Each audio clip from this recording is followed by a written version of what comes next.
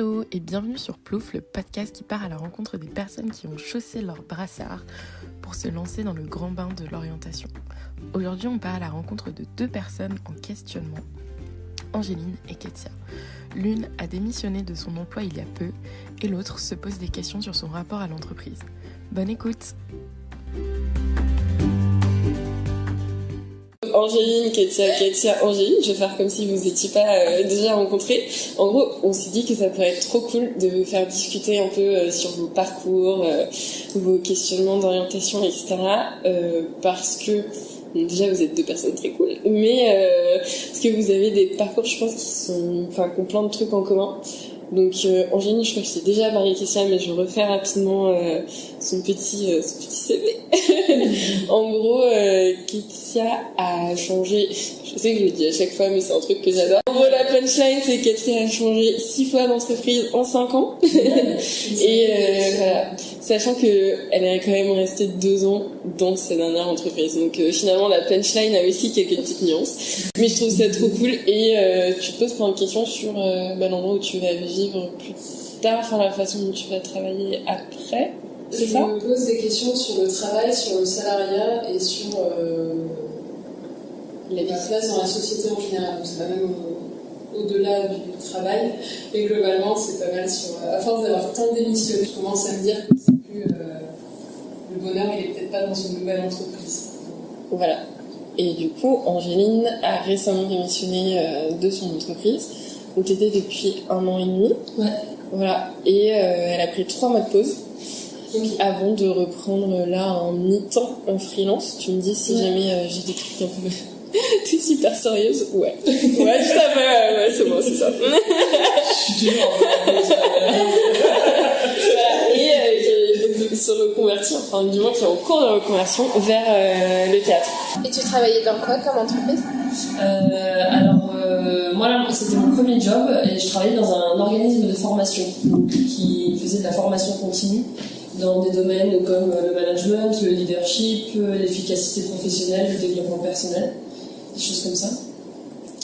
Et j'ai démarré en février 2019 et mon contrat de travail s'est terminé là, le 10 juillet de cette année. Donc ça va faire 4 mois maintenant que j'ai quitté ce travail. Et c'était une entreprise qui te plaisait, qui t'inspirait, c'était là où tu voulais aller? Ouais, à la base, alors à la toute base, quand j'ai fini mes études, moi je voulais plutôt me diriger vers ce qui m'intéressait, c'était l'entrepreneuriat. En fait, la figure de l'entrepreneur, moi, me fascinait assez. Et j'avais envie d'être dans une posture d'aidant, en fait, vis-à-vis de ce personnage-là. Et donc, je me voyais travailler dans des endroits comme des incubateurs, des accélérateurs de start-up, des choses comme ça. Et en fait, ça s'est pas du tout passé comme ça. Parce que peu d'offres, parce que ceux que j'ai rencontrés, ça a pas fité. Et je suis tombée sur une annonce de l'organisme de formation dans lequel j'ai travaillé, qui m'a parlé, en fait. Je me suis dit, tiens, c'est vrai, l'univers de la formation, en fait, ça m'attire, en fait, quelque part, tout ce qui est pédagogie. Derrière, j'y voyais beaucoup de créativité, beaucoup d'innovation, un secteur aussi vachement, je sais pas, dynamique, où ça bouge, où ça rebondit. Et moi, je suis un type de personnalité comme ça, donc je me suis dit, tiens, pourquoi pas, en fait, ça peut... J'essaye, quoi, je rentre dans le process. Et puis de fil en aiguille, en fait, ce truc qui au départ était complètement opportuniste, en fait. Je commence à rentrer dans le process et puis je me dis, mais en fait, j'aime beaucoup cette boîte, quoi. J'adore cette boîte.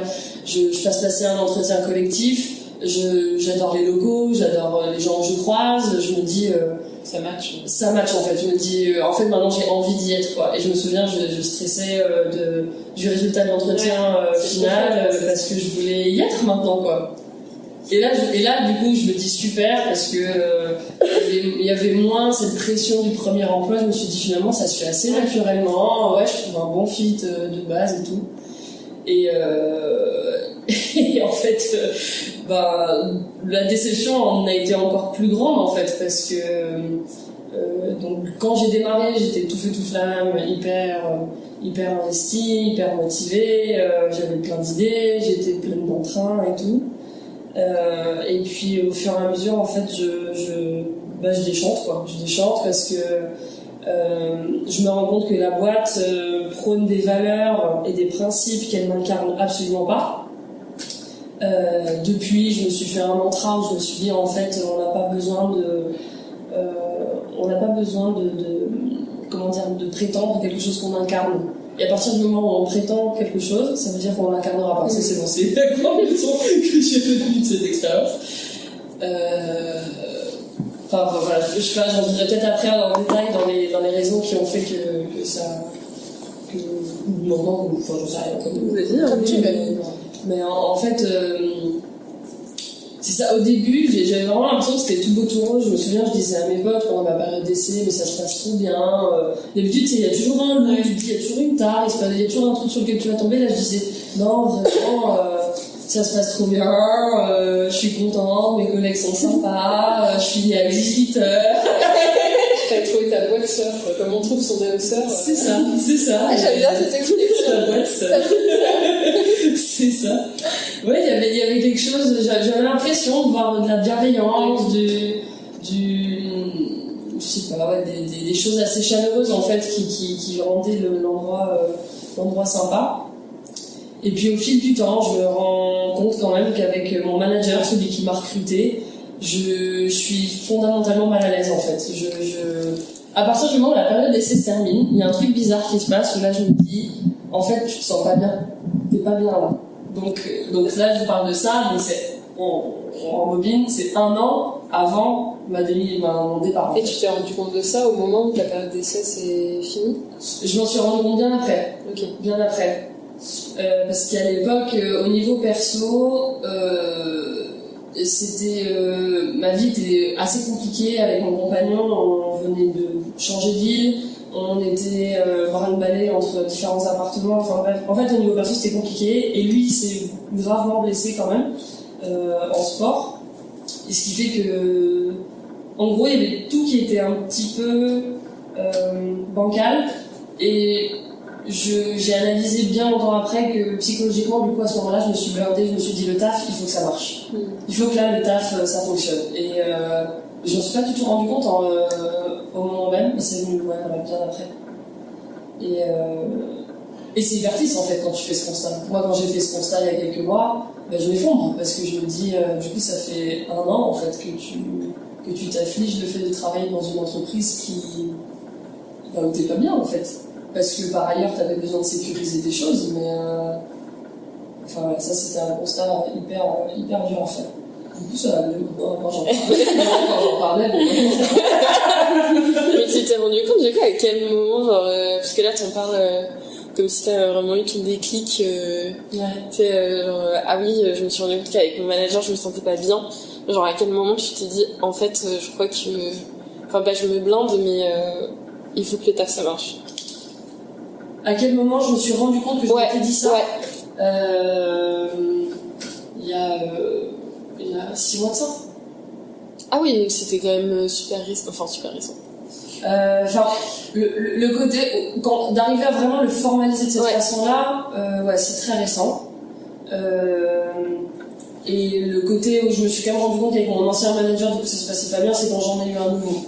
Okay. Parce qu'en fait, ce qui s'est passé, c'est que c'est un truc de fou cette boîte. Après, on laissera quand même la parole à Kétia parce que moi je peux en avoir pour vraiment des plans, donc je parle. Mais en fait, à l'été 2019, je suis au bout du rouleau. Genre, je suis vraiment au bout. Je finis toutes mes journées en pleurs. Dès que je sors du bureau de mon manager, je suis en larmes parce que chacun de nos échanges me tend beaucoup. Et là, je me dis, mais c'est pas possible, c'est pas normal, ça va pas, je démissionne, quoi. Mais vraiment, là, c'était coup de tête, genre, je me sauve. Je me sauve, mais au sens, je me sauvegarde, quoi. Et là, on me retient, en interne, on m'explique qu'il va se passer des choses, et j'apprends qu'il est sur le départ. Et j'apprends qu'il démissionne. Donc là, retournement de situation, je me dis, merde. J'avais prévu de dire, je m'en vais. Et en fait, on me dit, bah non, il s'en va, donc Angéline, t'es un bon élément, on est content de t'avoir, tiens le coup, bientôt il sera parti. C'est quand même pas normal.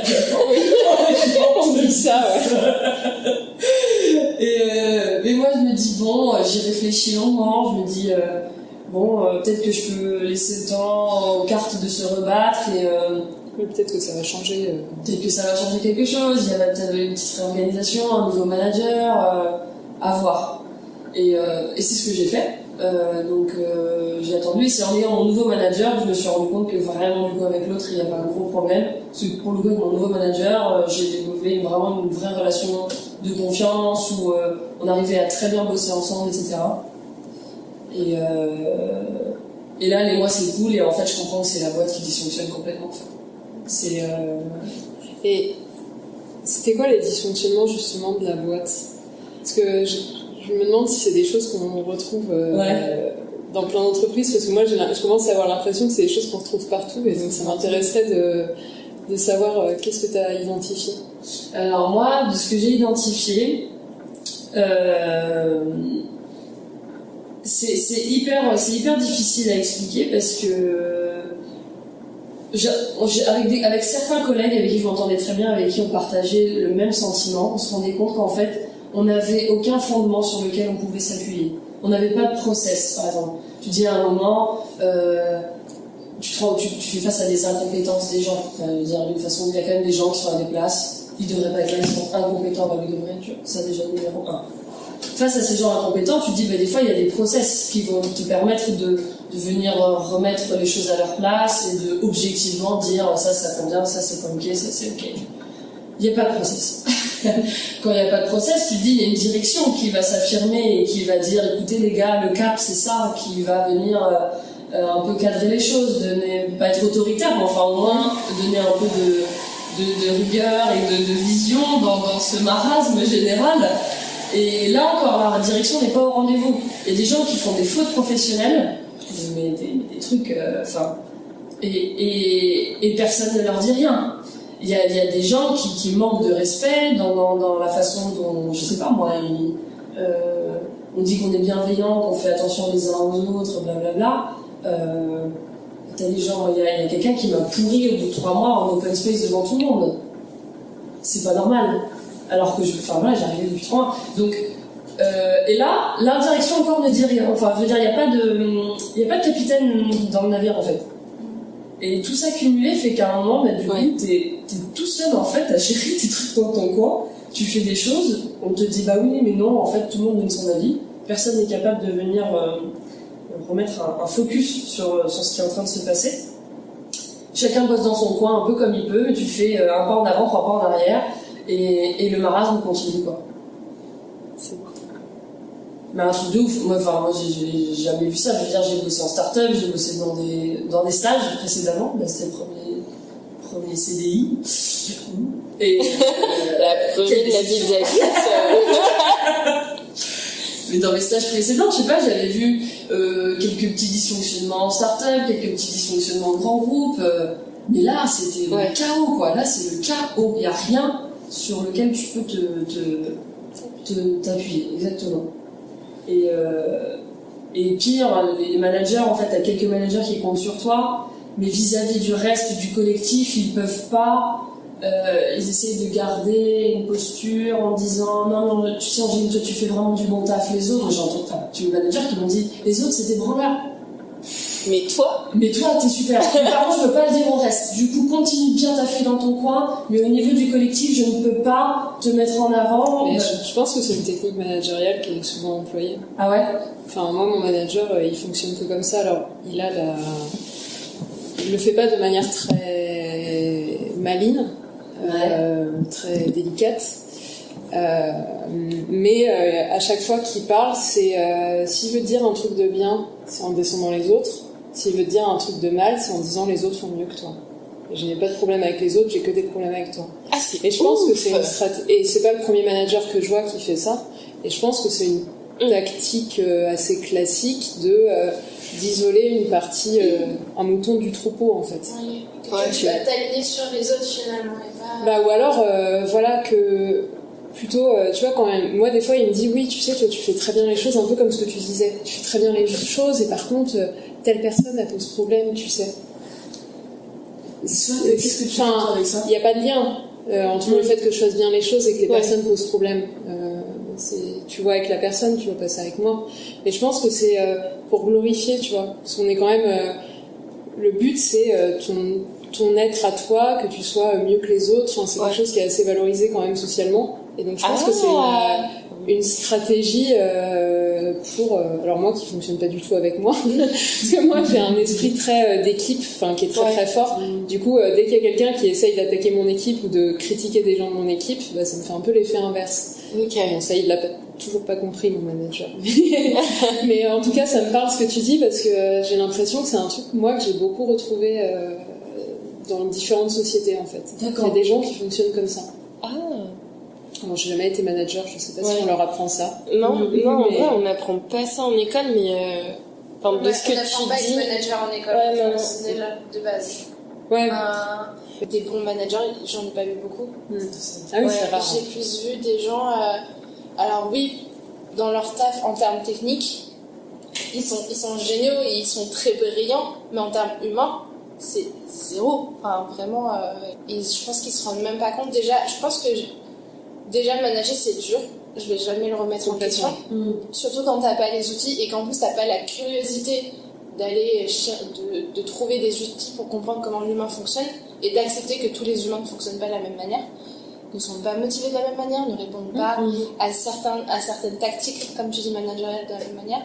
Et surtout sur un junior, ils se rendent pas compte de l'effet que ça peut faire en début de carrière d'entendre certaines choses. Déjà, je pense que tu as une nature ou pas d'être empathique envers les gens et de vouloir un minimum s'intéresser. Mais il y en a, ils n'ont pas du tout les outils. Enfin... Oui, et puis ça s'apprend. Enfin, ça s'apprend d'être manager. Oui, tout à fait. Souvent, c'est considéré comme une promotion ou la suite de ta carrière où, comme dans tout, on a besoin de se classer les uns par rapport aux autres. Et donc, les gens cherchent une évolution de manager, mais il y a des gens qui sont pas faits pour ça et je pense qu'ils prennent même pas de plaisir à l'être. Parce que, comme tu disais, des fois, ils n'ont pas un contact humain qui est très fort. Ce serait mieux que ces personnes-là restent techniques et que... voilà, ce soit pas considéré comme un échec de rester à un poste, de devenir expert. Oui, moi je parle d'expert technique parce que du coup, souvent sur les postes d'ingé, c'est plus ça l'évolution, mais même d'expert dans son domaine, expert métier. Oui, c'est ça. Mais souvent, en fait, le manager, c'est parce que c'était un très bon opérationnel, voilà, qu'on promet, comme tu disais. On l'accompagne pas en termes de formation à côté. Qu'est-ce que c'est être un manager? Je pense qu'il y en a qui aussi veulent se dire manager parce que de nos jours ça fait plaisir à entendre. Ça fait chic. Ça fait chouette. Non, et puis il y a le salaire qui va aussi derrière. Oui, tout à fait aussi. Je pense que si c'était payé le même salaire que les opérationnels qui dirigent, il y aurait moins de gens qui voudraient devenir manager.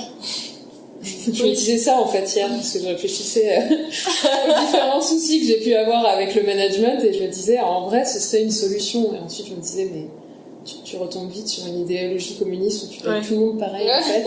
Ça a déjà été éprouvé mais il y a quelque chose à faire quand même. Et si tu veux raconter à chaque fois comment les gens réagissent un peu alors moi il y a peut-être quelque chose qui est un peu spécial, c'est que je suis sur un métier qui recrute beaucoup et où c'est facile de trouver un emploi. C'est quoi ce métier ? Je suis data scientist. D'accord. Et j'ai eu la chance de commencer mes études. Alors moi j'ai fait une école d'ingé en statistique et à l'époque quand je l'ai commencé c'était pas du tout à la mode. On parlait pas du tout de ça, le terme data scientist existait à peine. Et quand je disais aux gens dans les covoites, oui, moi je suis statisticienne, les gens arrêtaient de me parler. Parce que ça a l'air chiant. Quand je dis aux gens, je suis data scientist, les gens ils font ah ouais, trop cool, le métier le plus sexy. C'est toujours un peu comme statisticien, hein, t'as juste plus d'informatique, ce qui aussi n'était pas cool à une époque, mais voilà. C'est une question un peu de branding, mais c'est comme les trucs de manager en vrai. Oui, voilà, c'est juste que là c'est devenu quelque chose qui a été à la mode. Mais il y a plein de gens qui faisaient ce métier depuis assez longtemps, qui avaient un autre terme et c'était d'autres technos derrière, mais à l'époque c'était pas du tout sexy quoi. Mais donc bref, en tout cas j'ai la chance d'être sur un métier qui recrute facilement. Et donc moi ce qui s'est passé c'est que quand j'ai commencé à travailler, j'ai fait mon stage. Pendant mon stage ça se passait très bien, j'étais dans une start-up où j'ai pu toucher un peu à tout. J'avais la chance d'avoir un management qui était pas trop fort. sur moi. On me laissait un peu, on me faisait confiance. Donc j'étais vraiment très bien. Et ensuite, progressivement, en fait, quand je suis partie de mon stage, ensuite ils m'ont proposé un CDI. J'ai juste fait 15 jours de vacances. En partant, le chef de l'entreprise m'a dit profite bien de tes vacances parce que après, je crois que je t'en avais parlé, Apolline, ça va être, c'est parti pour 42 ans. Et là, je me suis dit ça va être possible en fait. Enfin, non pas que mon travail ne me plaise pas, mais je veux pas que ma vie ce soit 42 ans comme ça et qu'après je sois vieille et que j'ai juste gâché ma vie à faire ça tout le temps, 5 jours sur 7, pendant 40 heures par semaine dans le meilleur des cas. Et donc je suis revenue et j'ai eu un peu de mal, comme j'étais plus en stage, il fallait que je sois rentable, donc je devais plus accepter les consignes, faire des choses qui étaient un peu contraires à mon éthique statistique aussi, enfin, rien de très grave mais qui n'était pas aligné avec mes principes. Et ensuite, pour des raisons personnelles, j'ai voulu, je travaillais à Bordeaux à l'époque, j'ai voulu partir à Paris. Donc j'ai trouvé un poste dans un grand parc d'attractions, comme data scientist aussi, et donc j'ai posé ma première démission, j'étais en pleurs, pour moi c'était un truc énorme, enfin c'est toujours un truc énorme, hein, mais c'était vraiment, j'avais l'impression de trahir mon entreprise un peu. On sent que tu t'y es habitué quand t'as dit ma première démission. La première fois c'était plus dur, après vraiment. D'année en année, je reprenais le template. Mais non, c'était quand même quelque chose d'assez fort pour moi, surtout que je partais après 6 mois de CDI, donc finalement après assez peu de temps, mais après 1 an dans l'entreprise quand même. Et l'autre entreprise, de toute façon, ils m'avaient débauché, donc il n'y avait pas de souci sur. J'étais restée qu'1 an dans ma première boîte. En plus, il y avait cette question de la mobilité géographique, donc dans ma tête, je me disais ça va. Mon deuxième job, il s'est très mal passé parce qu'on s'était pas très bien compris sur ce qui était le métier de data scientist, qui était quelque chose de nouveau et donc pas très bien défini. Et donc je me suis retrouvée à faire un métier qui n'était pas le mien, qui m'intéressait pas spécialement, où j'étais pas spécialement bonne non plus, dans une entreprise qui me plaisait pas trop. Et donc là, c'était vraiment instinctif où je me suis dit, dès le premier jour, en fait, j'y suis allée, je me disais, j'ai pas envie d'y aller. Et ça pendant 2 mois. Et en fait, se dire ça pendant 2 mois, ça paraît super long. Du coup, j'ai mis fin à ma période d'essai, pareil, en pleurs. Enfin, moi, je suis quelqu'un de très émotif, donc en pleurs, l'impression d'avoir trahi, etc. Et je me suis retrouvée pour la première fois en pause, ce qui n'était pas forcément facile, à remettre en cause limite mon orientation professionnelle, à hésiter à faire d'autres études.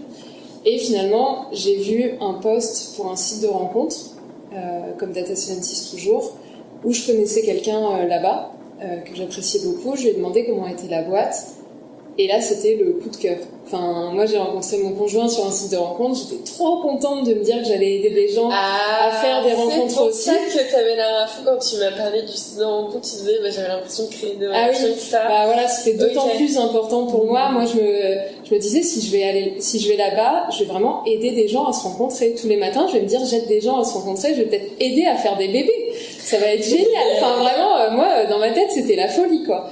Et puis même l'équipe était sympa. Enfin ouais voilà, pour moi c'était un truc avec de des dingue. chiffres. Parce qu'en plus je créais les algorithmes qui présentaient une personne à une autre personne. Ouais. Donc je me disais, enfin même je pense que j'aurais eu n'importe quelle place dans l'entreprise, j'aurais eu cette sensation-là, mais là j'étais d'autant plus contente. Ça c'était vraiment ma boîte rêvée. Ouais. Quand j'ai passé les entretiens, voilà, c'était ma boîte sœur, et je pense que même maintenant encore, tu vois, s'il y a une boîte qui doit être ma boîte sœur, c'est celle-là.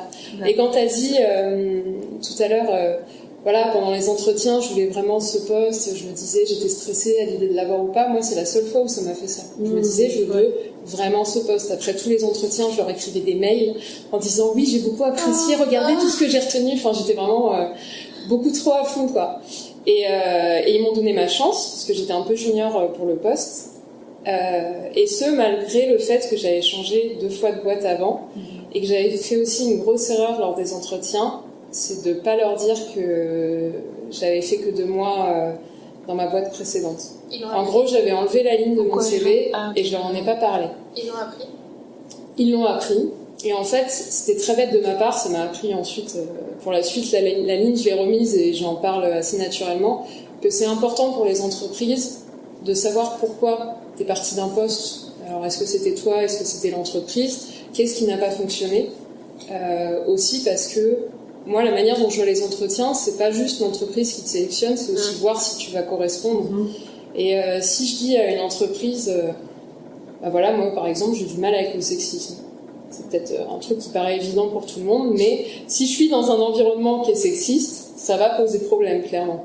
Peut-être que la RH, elle sait que le manager, il a déjà posé des problèmes là-dessus, elle va se dire que ça colle pas. Enfin, il y a plein de choses comme ça, ou alors même quand en face de toi, t'as ton futur manager, tu dis, moi j'ai du mal avec l'autorité juste où je suis une simple exécutante, c'est-à-dire on me donne une tâche, je la fais sans connaître le contexte, sans rencontrer les équipes, etc.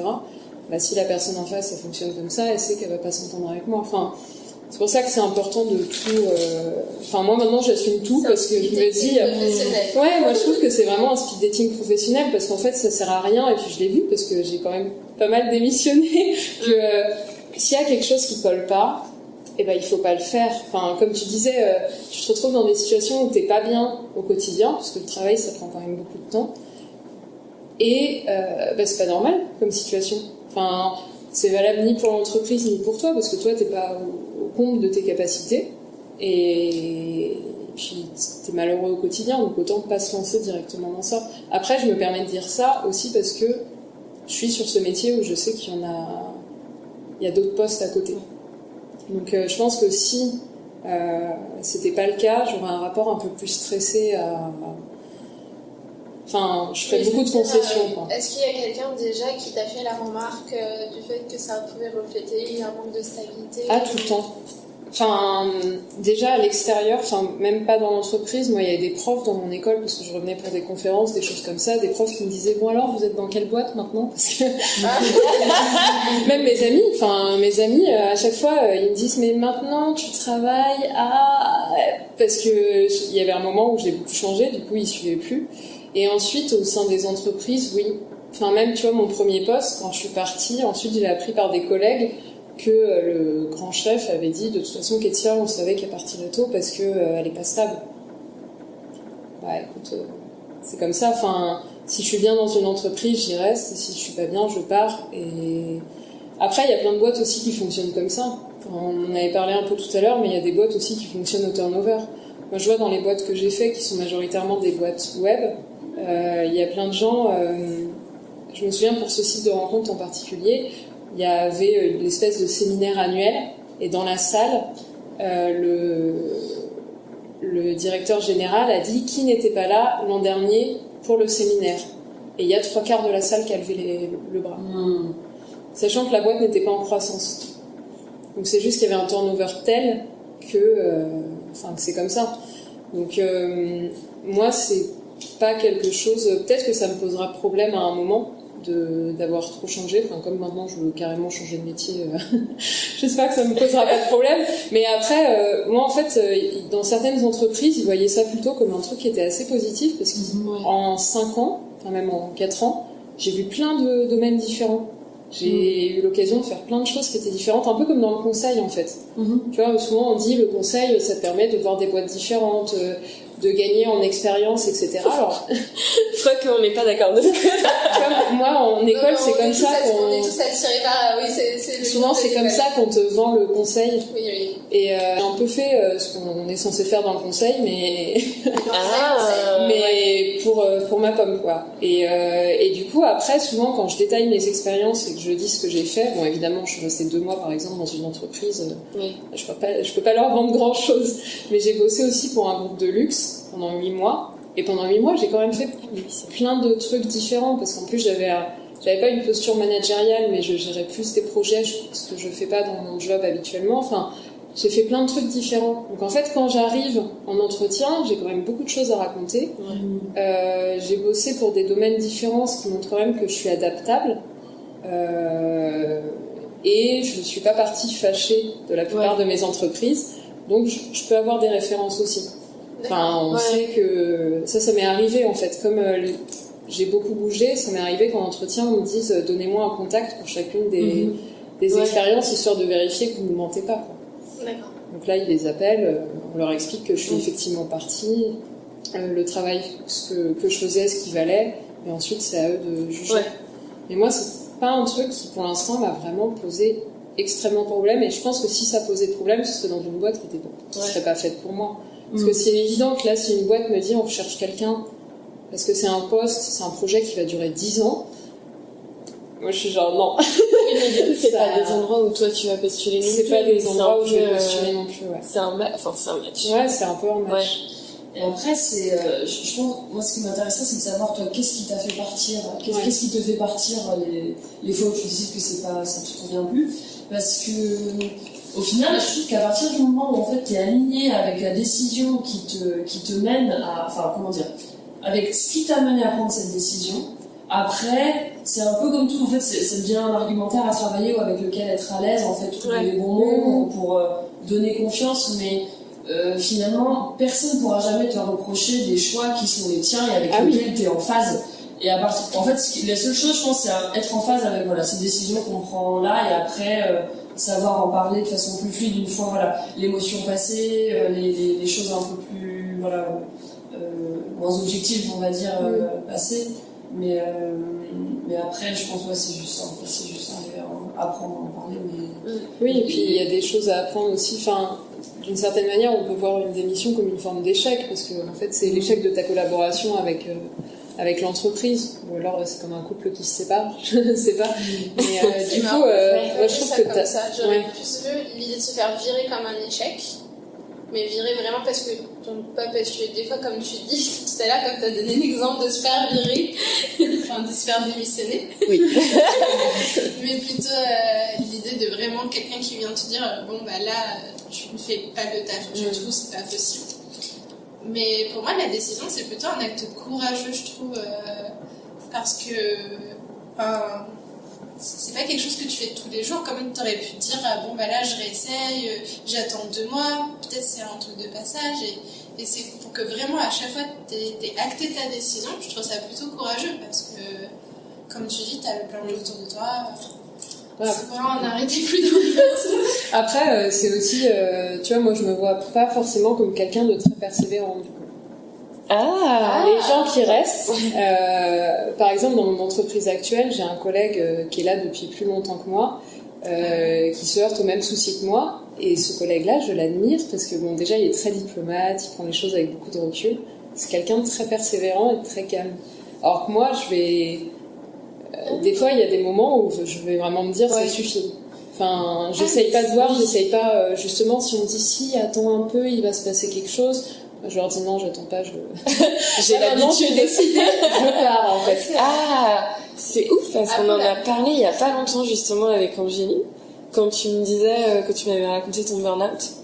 Et c'était vraiment le terme qui m'était venu à l'esprit, toutes les personnes qui me parlent pas des moments où ça a pété, mais plus des petits moments où ça allait pas et où les gens se sont dit c'est peut-être moi, je vais attendre. Et c'était vraiment le terme la persévérance qui à la fois est une énorme qualité mais qui peut aussi du coup se retourner vers toi. Et du coup c'est pour ça que que ça m'a fait penser à toi. C'est intéressant du coup ce que tu mais je pense que c'est en fait la différence, c'est peut-être, alors je suis désolée, je fais plein de parallèles avec des couples, mais mais tu vois, on a senti que t'aimais bien ça. Non mais tu sais, des fois dans un couple il y a des choses qui vont pas, et donc où t'arrives à surmonter la crise, et dans ce cas-là c'est une forme de persévérance parce que t'as pas juste lâché l'affaire et à deux t'as essayé de construire les choses pour que ça aille mieux, ou tu laisses passer, tu mets un peu de côté, tu dis mais non, ça va aller mieux, on s'aime bien quand même, au début c'était bien, et en fait ça c'est très néfaste parce qu'au bout d'un moment ça pète. Et en fait j'ai l'impression que l'entreprise c'est un peu pareil, au début c'est bien, c'est souvent toujours bien au début, et puis progressivement tu commences à avoir cette idée de ça va pas, tu prends des choses sur toi, et pour moi la persévérance ce serait de réussir à résoudre ces conflits avec l'entreprise, de trouver un accord ou une nouvelle forme d'organisation pour que tout le monde soit bien. Et ça, c'est ce que je regrette de ne pas avoir fait dans certaines de mes expériences. Toi, est-ce que t'es parti voir les RH ou ton manager pour en parler, essayer de résoudre ou c'est vraiment dans ton coin, t'as pris la décision et du jour au lendemain, tu disais que tu partais? Alors, au début, la première fois que je suis partie, de toute façon, j'allais partir parce que je devais aller à Paris. Donc j'ai pas cherché spécialement à résoudre des choses. Il y avait des problèmes, mais je me suis dit c'est pas mon souci. Moi je veux juste partir sans me fâcher avec les gens. Donc j'ai pas essayé de résoudre des trucs, et puis il n'y avait pas de gros problèmes dans cette boîte-là pour moi.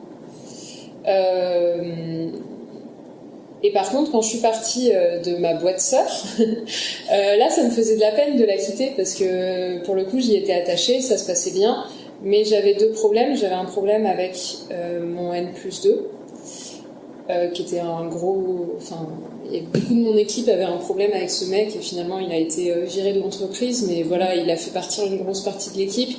Donc je savais qu'il n'y avait pas grand-chose à faire là-dessus. J'en avais déjà parlé à mon manager qui m'avait dit « Bah oui, mais...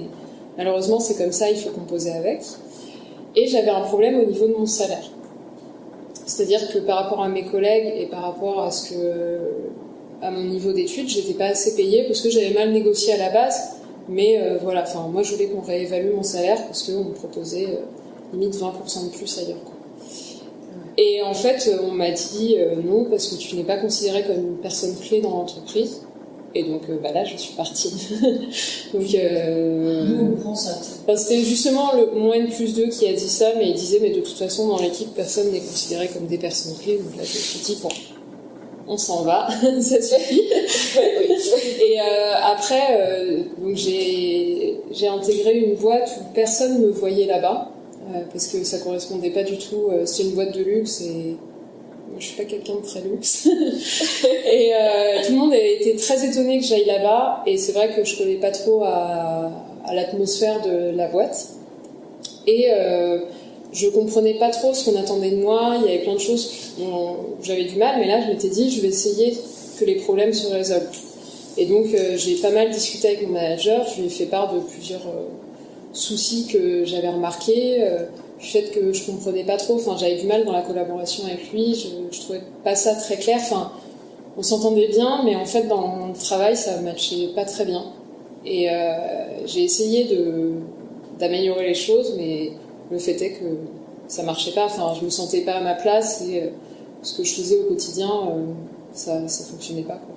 Donc je suis partie, je pense que j'aurais pu plus essayer de résoudre les problèmes, mais j'avoue que j'ai pas beaucoup cherché. Et là, dans ma boîte actuelle, il y a des problèmes aussi, comme d'habitude. Parce que je pense que, mais dans toute situation, en fait, il y a forcément des problèmes. Oui. L'entreprise n'est parfaite. Oui, voilà, aucune entreprise n'est parfaite. Et c'est vrai que là, au fur et à mesure, j'essaye toujours de plus dialoguer pour résoudre les soucis. Ouais. Mais après, le fait est, tu vois, quand tu me disais, est-ce que tu es allé voir une RH, moi, j'ai des soucis, voilà, avec ma hiérarchie. Il y a des fois où les RH ne peuvent rien faire. Ouais. Et généralement, les RH ne peuvent rien faire. Les délégués du personnel ne peuvent rien faire. Okay. Parce que tout le monde est au courant de la situation. Et personne ne fait rien. Donc en fait, là, je prends juste mon mal en patience. Ouais. Et des fois, ça sert aussi à rien de trop s'investir et de trop essayer de résoudre des conflits quand déjà la relation, elle est vouée à un échec, quoi. Comme tu dis, il faut savoir se préserver. Donc, ou en démissionnant, ou en réussissant à prendre du recul avec le travail. Et c'est pas du tout négatif. Ouais. Ça commence bien. J'allais dire, est-ce que dans tout ça, est-ce qu'à un moment tu t'es remise en question pour te dire c'est vraiment moi qui ne suis pas adaptée à l'entreprise moderne telle qu'elle est en France, essentiellement, ou voilà, où tu t'es dit vraiment à chaque fois c'est la faute de ce manager, c'est celui-là. Oui, non mais c'est une bonne question. Alors oui, je me suis complètement remise en question parce qu'en fait au bout d'un moment, c'est vrai que je me heurte face aux mêmes difficultés dans toutes les entreprises. Donc, au même type de difficultés. Même quand tu parlais de ton expérience tout à l'heure, il y a des choses que je reconnais. Tu vois, le fait qu'il n'y ait pas de process, qu'il y ait des gens pas forcément compétents, mais qui soient à des places où ils prennent des décisions, et du coup tu subis. Enfin, donc en fait, c'est peut-être, je devrais peut-être plus me remettre en question, mais moi j'ai un peu remis en question l'entreprise moderne, et je me suis dit peut-être que le salariat c'est pas fait pour moi en fait. Donc c'est un peu le questionnement que j'ai actuellement. D'accord. Et du coup j'ai pas forcément très envie de me réinvestir dans une entreprise parce que je me dis ça va encore être la même chose que les 5 dernières fois. Enfin, tu vois, je sais pas si toi, ça fait ça où tu dis, Est-ce que toi, t'aurais envie de re-rentrer dans une entreprise ou est-ce que t'aurais pas peur de retomber sur les mêmes choses un peu? C'est ce que dit un peu Einstein sur la folie, que la vraie folie, c'est de refaire les mêmes choses en espérant que ça ait des résultats différents. Alors que non. Et en fait, c'est complètement ça. Ça fait tout à fait penser à ça, ce que tu dis. C'est trop... Moi, par rapport à ce qu'elle dit, en fait, il y a plein de choses sur lesquelles j'ai envie de rebondir parce que... non, tu vois, pareil, le côté... On sent que t'as la liste. Je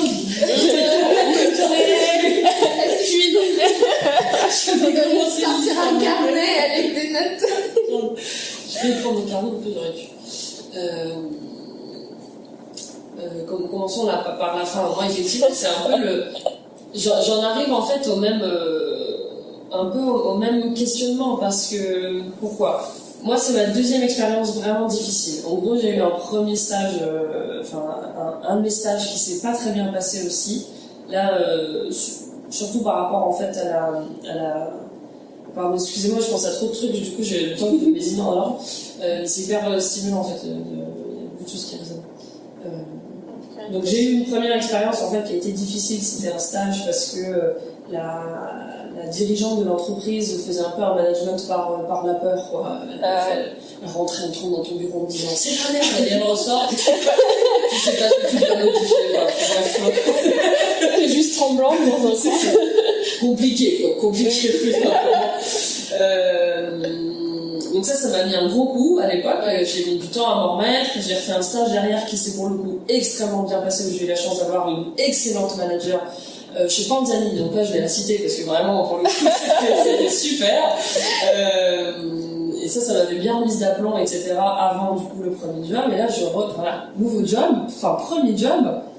Et je me casse les dents encore. Et donc là, je finis par me questionner. Donc moi, je suis dans un travail en ce moment de comprendre qu'est-ce qui m'appartient, qu'est-ce qui ne m'appartient pas, qu'est-ce qui dépendait de moi, qu'est-ce qui dépendait pas de moi, pour arriver à faire la part des choses entre les défauts en fait de l'entreprise et à un moment donné, cette remise en question personnelle de qu'est-ce qui peut dysfonctionner chez moi, qui fait que je me mets en difficulté. Et ça, il y a vraiment... c'est un gros travail que je fais et qui amène des vraies réponses, donc c'est hyper intéressant, surtout pour moi pour la suite. Mais du coup, à un moment, je me dis, ok Angèle, sois honnête avec toi-même 2 secondes, est-ce que du coup, tout ce fonctionnement, ce monde de l'entreprise, ce monde du salariat, est-ce que c'est fait pour toi ou pas? Est-ce que la prochaine fois, tu as envie de dire, t'as peur? Est-ce que j'ai envie de reprendre le risque d'aller me casser les dents? Je suis pas sûre. Aujourd'hui, je me sens mieux parce que j'ai fini en épuisement professionnel du coup en juillet, mais est-ce qu'aujourd'hui je suis d'attaque pour y retourner et me dire allez on réessaye? Qu'est-ce qui changera cette fois-ci en fait? Qu'est-ce qui... moi j'ai pas encore identifié le paramètre qui ferait que ce coup-ci ça peut marcher. Quand tu dis épuisement professionnel, c'est vraiment t'arrivais pas à te lever le matin, le vrai burn-out. Plus du et en fait, c'est d'un coup tu l'as vu venir. Alors ce que j'expliquais à Apo la dernière fois qu'on s'est vu, c'est moi en fait là où je me suis vraiment mise en danger, c'est que ce plus de jus il est arrivé plein de fois. J'ai eu plein de signaux comme ça en fait où à un moment le corps, mon sommeil, la gestion de mes émotions venait me dire que c'était pas ok en fait, que là il y avait un problème. Et quand tu remontes à la source, tu comprends qu'il y avait un problème dès le début, que tu n'as pas vu, que tu n'as pas voulu voir, que tu n'as pas capté, et qui en fait, quand ça dysfonctionne avec l'entreprise, si tu sens un dysfonctionnement dès le début, ça ne peut que s'amplifier en fait, ça peut pas s'arranger, c'est comme ça, moi en tout cas, c'est vraiment la théorie que je me suis fait depuis. Et à plusieurs reprises en fait, je me suis dit, je n'y arrive plus, je n'ai plus de jus, je suis cramée. Je me lève, j'arrive plus à me lever le matin, où on finissait une réunion, je m'effondre en larmes alors que je suis en télétravail chez moi, des trucs pas normaux. Et cette limite, en fait, je l'ai repoussée par la persévérance, par le fait de me dire non, Angèle, t'es une battante, tu vas y arriver, ça va aller, accroche-toi, tu peux le faire, Mais il y a un moment où il y a un déclic. Moi, ça a été dans mon couple, avec mon compagnon, où là, je me suis dit, cette fois, ça va trop loin. Cette fois, ça ne m'atteint pas que moi, mais là, ça touche à ma sphère personnelle et à mon couple, qui est la chose la plus importante pour moi aujourd'hui dans ma vie. Et là, je ne pouvais pas laisser passer, en fait. Mais cette limite de je suis épuisée, je l'ai eu plein de fois, en fait. Je l'ai eu plein de fois, mais c'est juste, là, c'est à l'été, ça a été la fois de trop. Et la chance, en fait, que j'ai eue, c'est que j'avais mon manager qui, en fait, il avait du mal, lui, au niveau de la gestion du collectif, mais en interpersonnel, il était très très bon. Donc moi, j'avais une très bonne relation avec lui et comme je disais, on bossait bien ensemble et tout.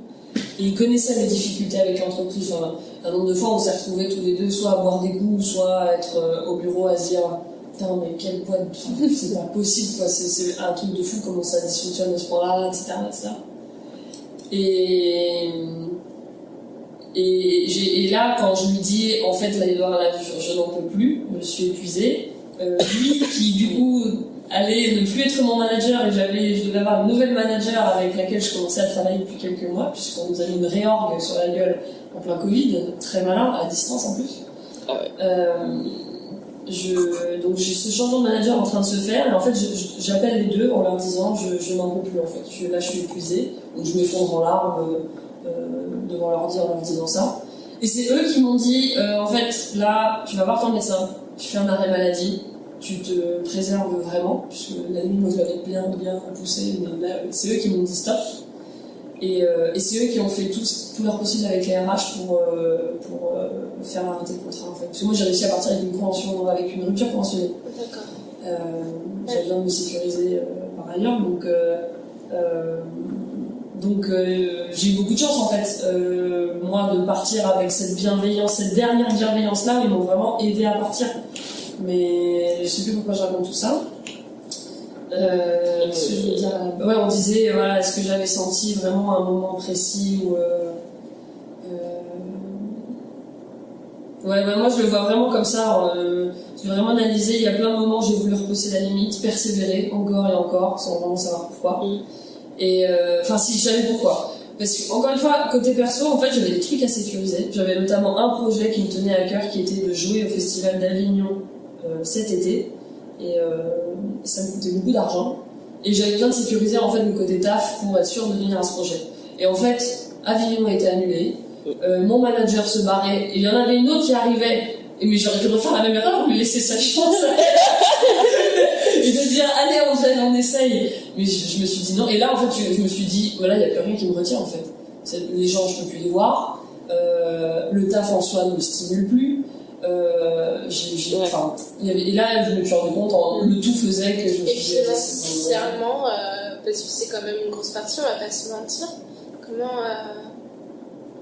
Comment tu t'abordes, parce que t'es pas parti avec l'idée d'avoir une rupture conventionnelle, comme tu l'as dit, t'as eu de la chance finalement, ils auraient pu réagir en mode on te vire ou autre. Comment toi, est-ce que avant que tu leur annonces ça et que eux ils te fassent l'annonce de la rupture conventionnelle, comment toi tu t'étais dit déjà ok, financièrement c'est pas grave, mais il faut que je quitte ce job parce que c'est ma santé qui va partir. Alors je pense que le contexte a aidé quelque part parce que on était en plein confinement. Du coup, quand j'ai vraiment commencé à me dire, j'ai commencé à me lever nuit tous les jours à me demander est-ce que je démissionne? Ouais. Est-ce que pendant le confinement c'était beaucoup ça? Mais tous les jours? Tu te levais, c'était ta première pensée ou c'était Quasiment, ouais. Quasiment. Ah ouais. Mais enfin, je veux dire, ça devenait régulièrement, ça devenait même dans les conversations avec mes amis ou mon compagnon, tu vois, ça devenait. Je voudrais peut-être que je vais peut-être partir quand même, faut que j'arrête. Ouais. Je vais peut-être donc tu vois, en fait, donc c'était quand même un truc vraiment qui revenait en rengaine comme ça. Et les moments de mieux au taf faisaient que ça s'atténue, et puis. Mais ça reste la trame de fond qui restait. Donc, le bol que j'ai eu, pour répondre à ta question vraiment financière, c'est que pendant le confinement, en fait, on dépensait pas. Donc, comme beaucoup de gens, en fait, il y a beaucoup d'épargne à ce moment-là qui rentrent. Donc j'ai pu mettre beaucoup d'argent de côté. Et, enfin, j'ai pu mettre de l'argent de côté, quoi. On veut, hein. J'étais sous-payée. Donc manager paye bien. C'est ce qu'on retient.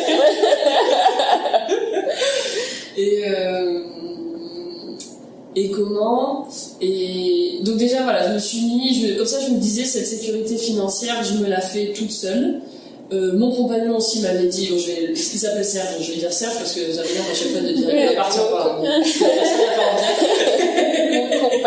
Mon compagnon. Donc Serge me dit, écoute, si ça finit vraiment par être ta décision, parce que limite c'était un sujet récurrent tous les 2-3 mois concrètement, je me posais la question, est-ce que je pars? Lui il m'avait assuré plein de fois, si financièrement il y a besoin de moi, j'assure pour nous deux pendant un temps, il n'y a aucun problème. Donc lui, voilà, on avait la chance d'être deux, hein, j'étais pas tout seul. Et à un moment, en fait, j'ai compris que mon objectif était de partir, quoi qu'il en coûte. Et que le seul risque que j'étais prête à prendre, en fait, c'était de m'en aller. Et il n'y avait plus d'autres risques qui me paraissaient plus importants que celui-là. Et ce qui fait que, ouais, c'est plus ça. Donc entre l'épargne, le côté être à deux et limite la sécurité financière finissait par être je me faisais tu vois des scénarios de catastrophe. Au pire du pire, je quitte Paris, je rentre chez un de mes parents, j'arrête tout et voilà, si je peux plus payer le loyer, si je peux plus payer à bouffer, si je peux plus au pire du pire. Donc je me disais ouais, au pire du pire ça va quoi. c'est pas dramatique. Mais vraiment, je me souviens m'être dit, aujourd'hui, de toute façon, ce risque financier, je suis prêt à le prendre. J'avais sécurisé par l'épargne, par la rupture conventionnelle. Pour moi aussi, c'était une façon de sécuriser. Mais je me disais, c'est fort possible que tu l'aies pas. Ouais. L'objectif étant de partir, le plan B, c'est démissionner, c'est tout. Basta, t'auras rien et c'est tout. Ah ouais, oui, ça allait être ma question, genre est-ce que si jamais t'avais pas eu ta rupture conventionnelle, tu serais partie? C'est sûr. Parce que j'ai l'impression que quand on parle, on avait cette discussion hier, des fois quand on a marre, tu sais, t'as plein de gens qui disent attends d'avoir un truc. Ouais. Et j'avoue que, moi je suis très YOLO, donc j'ai tendance à me dire c'est pas grave, j'y vais. Mais des fois c'est vrai qu'il faut sécuriser, etc. Et j'ai du mal à savoir et à comprendre, j'ai jamais été dans cette situation. Genre, à quel moment tu te dis en fait ma santé vaut beaucoup plus que mon taf, parce que en tout cas en école j'ai l'impression qu'on met tellement en avant le statut du travail, l'importance que ça a aussi d'avoir un bon taf, de continuer à travailler, etc. De se dire finalement c'est pas que c'est rien, mais j'ai besoin de vivre aussi. Je pense que c'est aussi le rapport, parce que moi je disais à vous que je suis très rationnelle et que moi jamais je pense que j'aurais le courage, et c'est juste inimaginable. C'est si je quitte mon job, c'est que j'en ai un autre qui m'attend. Ouais. Vraiment. Et parce que moi en plus je suis pas en couple, donc cette idée de demain devoir retourner chez mes parents et un peu assumer que pour moi ça serait une sorte d'échec, tu vois, dire ok, j'ai fait la grande école que vous avez payée, j'ai fait le taf et j'ai dû le quitter parce que pour des j'ai pas mes parents, j'ai pas, après quand ça touche la santé, le burn-out c'est quand même assez grave, mais là pour l'instant j'en suis pas à ce point-là, mais juste pour dire c'est pas ma voie et j'ai besoin de temps pour trouver ça. C'est très dur pour moi à l'accepter, et mais tout ça pour dire que donc je pose cette question parce que pour moi ça serait vraiment l'argument j'ai du mal à surmonter, et je trouve ça super intéressant d'entendre ça après, ce que on est tous différents, mais de mon côté, je pense que ce qui joue beaucoup, c'est à la fois une question de tempérament quand même, parce que de tempérament, de qu'est-ce qui est prioritaire pour nous, de pourquoi on fait les choses, tu vois, par exemple, quand j'ai commencé à dire à mes potes, vraiment, en gros ça faisait un an que je disais à mes potes que mon taf se passait pas bien, tu vois. Et sur un an et demi, c'est ça? Ouais, à peu près, c'est ça. Vraiment. Et je me souviens, j'ai un de mes très bons potes qui me dit, mais Angel, pourquoi tout simplement tu cherches pas en parallèle tout, ça se fait beaucoup, tu consacres juste un peu de temps à des recherches. Ok, ça te demande du temps, mais recherche à côté, essaie de passer des entretiens, ça t'engage à rien. Et ce qui est très vrai, et c'est ce que j'ai essayé, mais à un moment, t'arrives en face d'un recruteur. Tu peux déblatérer tout ce que tu veux, mais t'es paumé, tu sais pas ce que tu veux faire. C'est quoi ton projet? Moi, il m'a retoqué, il m'a dit en fait, Angélique, vous avez plein d'énergie, vous êtes dynamique, on voit que vous avez envie, mais il dit moi, je comprends pas votre projet professionnel, je sais pas où vous voulez aller. Là, je me suis dit, ok, je vais en faire 1, je peux en faire 10. La question, on est vite répondu. On salue jeune entrepreneur. Et... Le théâtre monsieur du marketing. Et du coup, donc tu vois, à un moment, il y a ces choses-là qui jouent. Tu peux essayer. Genre, moi, je ne te conseille pas d'arriver au point de rupture, parce que c'est vraiment pas un moment agréable. Après, en même temps, voilà, tu vois, aujourd'hui, je vois où j'étais il y a quelques mois au fond du trou. Je vois où je suis aujourd'hui. Je me sens pleine de pleine de force, revigorée, avec de nouveaux schémas qui se mettent dans ma tête, et je suis assez reconnaissante en fait de ce qui m'est arrivé. Mais vraiment, Après, c'est dur, quoi. C'est ce que disait un peu Joséphine tout à l'heure, c'est que on a tous, la plupart des gens qui ont fait prépa école de co, c'est très linéaire. T'as pas le temps de te poser, à part Afo qui a eu le temps de faire des césures. Mais souvent c'est voilà, t'as lycée, moi j'ai fait la fac, je suis rentrée en AST, mais c'est pareil, j'ai pas pris 5 minutes pour me poser et poser les questions qui sont fondamentales. Qui tu es? Qu'est-ce qui te motive dans la vie? Bah oui, parce que ce questionnement-là, je pense pas qu'on puisse l'avoir en parallèle d'une activité professionnelle. Exactement. Moi, j'en arrive à... ça fait 5 ans que je me pose des questions. Et quand j'étais sortie d'études, j'avais échangé avec un prof. À l'époque, je pensais peut-être continuer en thèse. Enfin, moi, j'adore les études. En général, on m'aurait payé pour faire des études sur toute ma vie. J'aurais été ravie. Et du coup, je lui disais oui. Et par contre, j'ai grandi dans une famille monoparentale où on a toujours eu à compter nos sous. Donc, je pense un peu comme toi, où j'ai eu conscience, en tout cas, que... Enfin, moi, mon idée de la carrière, c'était avoir suffisamment d'argent pour pas avoir à y penser. Voilà. Et en fait, tu vois, moi, ma mère, mes grands-parents sont des immigrés juifs polonais, pareil, qui bossaient au black. Donc, je pense que ma mère a grandi avec ça, avec cette idée il faut quand même avoir suffisamment de sous pour ne pas galérer. Moi, j'ai galéré un peu moins que ma mère, parce qu'elle m'a quand même donné un environnement qui était ok, mais qui était des familles beaucoup moins aisées que tous les gens avec qui j'ai fait des études en général, tu vois. Et du coup, je suis pas allée en thèse justement parce que je me disais il faut que je gagne des sous. Et j'en parlais avec un prof, et ce prof m'a dit les questions que tu te poses maintenant, c'est important que tu te les poses. Par contre, fais gaffe parce que si tu commences à travailler, après, tu rentres dans quelque chose et tu t'habitues à ce confort et t'as pas le temps de te poser des questions. Parce que déjà, t'es à la place sociale qu'on attend de toi. Et ensuite, c'est plus compliqué à remettre en cause, de faire des choses, de prendre le temps d'avoir une errance. Seulement, moi, à l'époque, je pouvais pas du tout l'entendre parce que j'étais genre, il faut que je gagne des sous. Déjà, j'ai réussi à rien coûter à ma mère pendant mes études, etc. Donc, ça, c'est ok. Mais maintenant, il faut que je gagne des sous. Il faut que ce soit moi qui supporte ma mère. Enfin, qui supporte ma mère. Oui, maman, c'est pas dans ce sens-là. Mais non, mais qui si elle est dans le besoin à un moment, qui puisse être support. Et en fait, c'est que maintenant où moi j'ai fait un truc avec l'APEC où il te pose plein de questions, tu réponds et donc tu réfléchis ton rapport au travail, quel métier pourrait te correspondre et tout.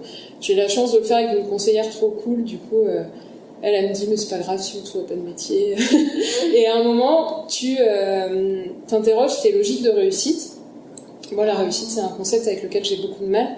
Et aussi, t'interroges tes échecs, ce que tu considères comme tes échecs. Donc, tu fais la liste de tous tes échecs. C'est un exercice qui est très désagréable à faire. Et donc, tu dis qu'est-ce que tu considères comme un échec. Enfin, eux, ils parlent d'opportunités manquées, les opportunités que t'as pas su saisir. Et pourquoi tu les as pas saisies. Et ensuite, il y a une question qui est si tu pouvais revenir en arrière, lesquelles tu pourrais changer. Donc moi, il y en a, je peux pas changer. Enfin, j'ai eu des problèmes personnels qui ont fait, par exemple, que j'ai pas pu partir en Erasmus. Ça, je pouvais rien y changer. Par contre, tous les trucs sur lesquels j'aurais aimé revenir, c'est des opportunités que j'ai pas saisies parce que je me disais financièrement, je vais manquer d'argent. Et là, ça m'a fait un déclic de ouf où je me suis dit, je veux pas, dans 5 ans, refaire cet exercice avec l'APEC et avoir à rajouter une ligne en 2020, je me suis posé une question et j'ai pas changé parce que je me suis dit, bah non, Katia, t'auras pas assez de sous. Enfin, je me suis dit, je vais pas attendre d'être au bord du craquage complet pour pour vraiment prendre le temps de me poser ces questions. Après, je dis ça, mais j'ai toujours pas démissionné, tu vois. Ouais, mais ça m'a fait une espèce de déclic, et j'en parlais, c'est ce que je t'avais écrit avec une copine d'école, qui elle a arrêté sa thèse en cours de route, ensuite elle est allée faire du maraîchage, ensuite elle est partie en Nouvelle-Zélande, elle a fait de la restauration, là elle revient, elle sait pas trop ce qu'elle va faire. Et en fait, on a grandi dans le même genre de famille, et toutes les deux, je pense qu'on a très envie de se lancer dans l'entrepreneuriat, mais il y a cet aspect financier qui nous bloque en se disant il faut qu'on ait un truc très sécurisant, et le salariat c'est quand même le truc le plus c'est ouf. Moi j'ai pas du tout, enfin après je sais pas que je me reconnais pas dans ce que vous dites, mais je sais que dans ma famille on est à fond sur les années de césure. Vraiment, moi j'ai fait ma première césure, j'avais 15 ans, enfin j'ai fêté mes 16 ans en césure. Et depuis, je sais que chaque fin, et je suis revenue de cette année de césure, j'étais au max. Genre, je me suis dit, en fait, je peux tout faire. Si à 16 ans, je suis partie, je suis autonome, pas financièrement, mais psychologiquement, je savais que je pouvais faire des choses.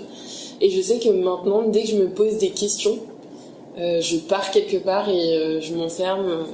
Je me dis, c'est le moment de prendre du recul, mais j'ai besoin de sortir de ma vie quotidienne. Et je me reconnais trop dans ce que tu dis de si tu taffes, ou même quand j'étais en études, quand j'étais en études, je le suis toujours, mais voilà.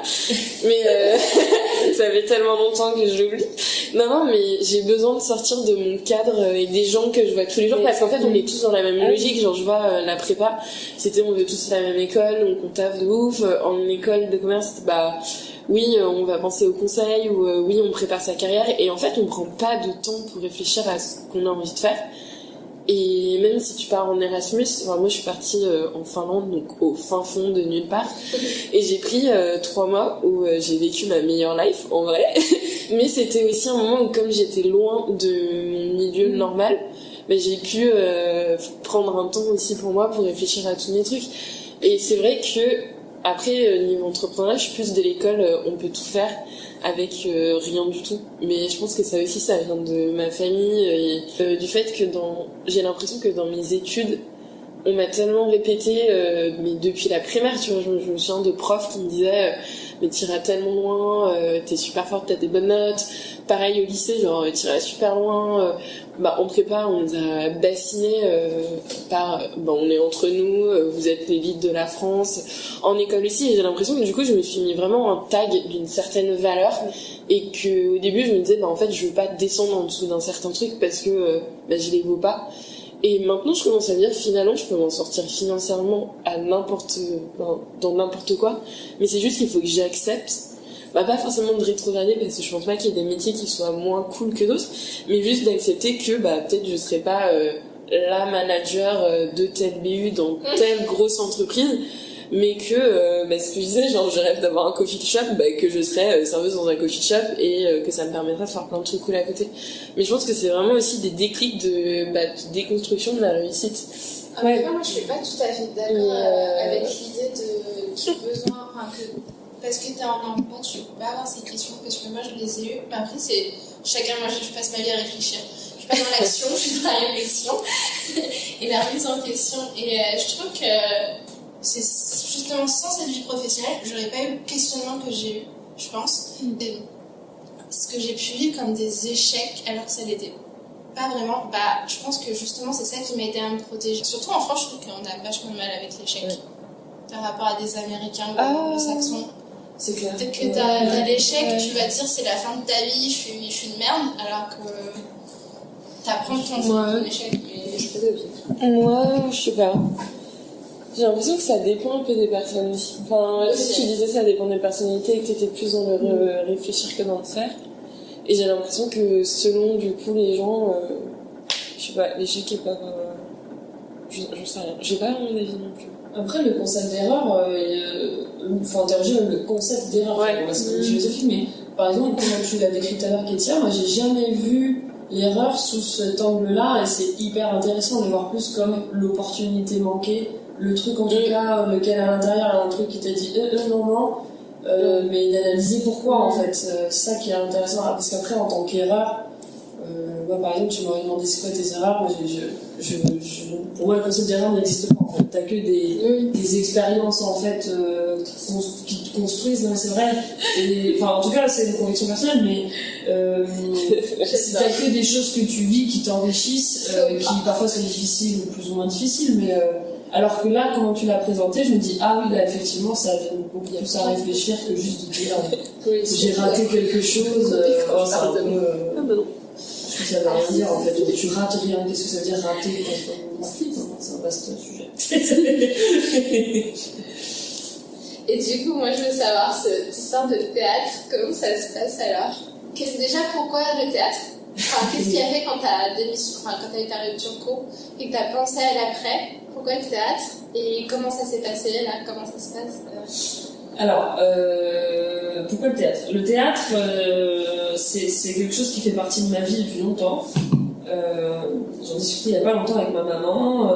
Je me demandais, mais comment c'est venu cette histoire de théâtre? Parce que j'ai commencé quand j'étais au CEA, donc il y a très longtemps, il y a au moins 15 ans. Oui, c'est ça. Ouais. Et elle m'a dit, je sais pas, il y avait une liste d'activités, c'est toi, ça t'a plu, t'as voulu aller tester, et puis après, t'as continué quoi. Parce que je me suis dit, tu sais, les parents, des fois, ils t'inscrivent à des trucs qu'eux, ils auraient voulu faire, et ils n'ont pas pu faire. Et moi, non, je me suis naturellement dirigée vers ça. Donc le théâtre, en fait, ça fait vraiment partie de moi depuis très longtemps. Pour moi, c'est ma passion, en fait. C'est le truc qui m'anime, c'est monter sur une scène, c'est là où je me sens le plus vivante. Ça me fait vibrer. Je trouve qu'il n'y a rien de plus beau que de susciter une émotion chez quelqu'un quand avant il n'y avait rien. Rien en sens où t'es neutre. Et là d'un coup, soit tu fais rire, soit tu émeus, soit je trouve qu'il n'y a rien de plus beau. Et puis j'en ai fait tout au long de ma... depuis que je suis gamine, en fait, j'en ai toujours fait. Donc soit en amateur, dans des troupes, j'en ai fait au conservatoire, j'en ai fait dans des troupes semi-professionnelles, et là j'en ai fait en dernier en date en fait. Je commençais à rentrer dans une logique de challenge en fait. Je me dis bon, ça fait quand même longtemps que j'en fais. J'ai des très bons retours sur le jeu que j'ai en tant que tel, de la part de mes metteurs en scène, des différents profs que j'ai eus. Et donc là, je me dis, allez Angèle, challenge-toi un petit peu, ça peut être quoi cette année, nouveau challenge et tout. Et je tombe par hasard sur le cours Clément, on n'est pas encore, mais sur le cours Clément, qui est à Paris et qui propose une classe Avignon. Donc le concept, c'est pendant un an, tu construis ton projet et tu le joues au Festival d'Avignon, au Festival Off, l'été suivant. Et je me chauffe, je me dis trop bien, je passe le cours audition, je suis prise, là on a une super team qui se construit et tout. Finalement le projet n'a pas lieu puisqu'Avignon a été annulé cette année, mais en février de cette année, donc quand j'étais encore en fait en poste, je me dis challenge suivant. Tu vois, il y a un truc, je marche beaucoup de challenge et dans le cadre c'était la première fois que je me challengeais autant, mais je me dis qu'est-ce que ça pourrait être l'étape suivante. Et là, je me dis, vas-y, trouve Florent, gros délire, ça serait quand même énorme. Je passe au moins le concours pour kiffer, et voilà. Le concours de la classe libre, du coup, parce que pour Florent fait plein de cours, et le Saint Graal chez eux, c'est la classe libre. Donc, je m'inscris à 17h57, alors que la fin de l'émission, c'est 18h. On l'adore. En février dernier, donc, le concours. Et voilà, je passe le premier tour, j'ai passé le premier tour. Le Covid passe par là, donc le premier tour c'était j'ai les résultats en mars et j'ai passé le deuxième tour la semaine dernière, donc ça s'étend vraiment beaucoup dans le temps. Mais en fait, là ce qui se passe, c'est que ce qui était un challenge au début d'année et qui était en fait en parallèle de mon taf, en fait, une autre façon de continuer le théâtre. Je me disais, si je suis prise, j'essaierai d'avoir un temps partiel, ou j'en sais rien, ou d'ici là, je serai partie de mon vidéo, puisque la question de l'émission est là encore. Mais, comment dire, de fil en aiguille, là, maintenant, j'ai tout arrêté. En fait, je ne suis pas partie pour le théâtre, je suis partie pour ma santé et tout ça. Mais là, en fait, du coup, d'un seul coup, le champ est complètement ouvert. Et je me dis, mais pourquoi pas en fait, enfin, ce truc, en fait, depuis que t'es gamine, il y a que ça, il y a que ça qui te fait vibrer, qui ne te déçoit pas, auquel tu reviens tout le temps. Enfin, j'ai fait du théâtre en Espagne, en espagnol, tu vois. Alors j'étais en stage là-bas. Je veux dire, ça me suit partout. Je me dis, mais pourquoi pas, enfin, qu'est-ce que t'as à perdre? Donc, tente. Et là, le fait de passer Florent, j'en ai des frissons en disant ça, le fait de passer Florent, ça a fait un déclic, en fait, parce que je me dis, que je sois prise ou pas pour Florent, en fait, c'est pas tant la question, ça déclenche quelque chose qui me fait dire, c'est possible, en fait. Là, ça tient qu'à toi d'y aller et de faire ce qui t'anime depuis tout ça. Et alors, pour la petite anecdote, truc de ouf, la semaine dernière, j'avais mon premier rendez-vous chez Pôle emploi pour finaliser mon dossier, pour avoir mes allocations. Et je tombe sur un conseiller extraordinaire. Alors, je tiens à le dire parce que c'est très rare. La réputation de Pôle emploi, avant, on entend souvent les trucs négatifs. Ouais. Et là, je suis tombée sur un monsieur extraordinaire qui s'appelle Karim, donc Pôle emploi de Bagnères-sur-Seine. Merci Karim, qui m'a trop donné la patate parce que il m'a dit, mais vous avez un projet super, foncez, vous savez, c'est un métier duquel on peut vivre dignement. Chez nous en France, on a beaucoup de chance. Il suffirait de multiplier, voilà, la pub, l'animation. En plus, on recherche des animateurs socioculturels dans la région, on en manque.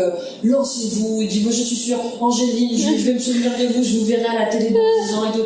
Je me suis dit, mais incroyable, tu vois, se dire, si un mec qui me connaît pas croit en mon projet, je me dis, mais là, il faut que tu fasses. Donc, voilà, pour la petite anecdote, mais voilà, c'est comme ça que ça s'est fait, en fait. Et un peu, moi, je trouve qu'il y a un peu la même logique, en fait, qu'en entrepreneuriat, parce que tu l'avais donné un peu comme axe de réflexion au début.